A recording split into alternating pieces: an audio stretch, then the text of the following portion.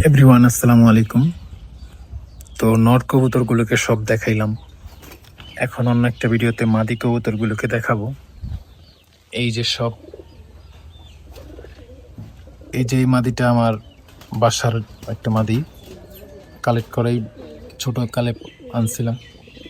আর এই যে এইটাও আমার বাসার একটা লাল খাকির বাচ্চা। এই যে এইটাও একটা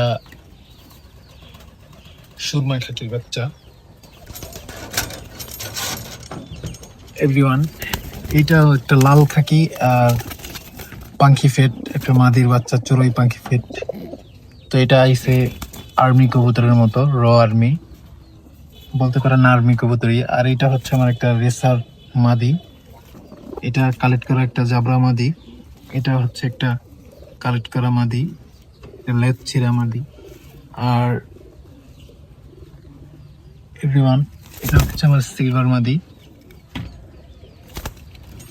এই মাদিগুলো, আর এই যে আমার লাল খাকি পেয়ার।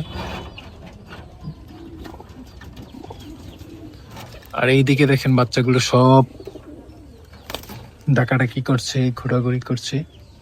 এগুলো ওই যে খালি খোপটা দেখাইলাম, ওই খোপের ওই যে কিছু কবুতর। এভরিওয়ান, এই যে এটা হচ্ছে আমার লাল খাকি মাদি, বাসার বাচ্চা একটা মাদি।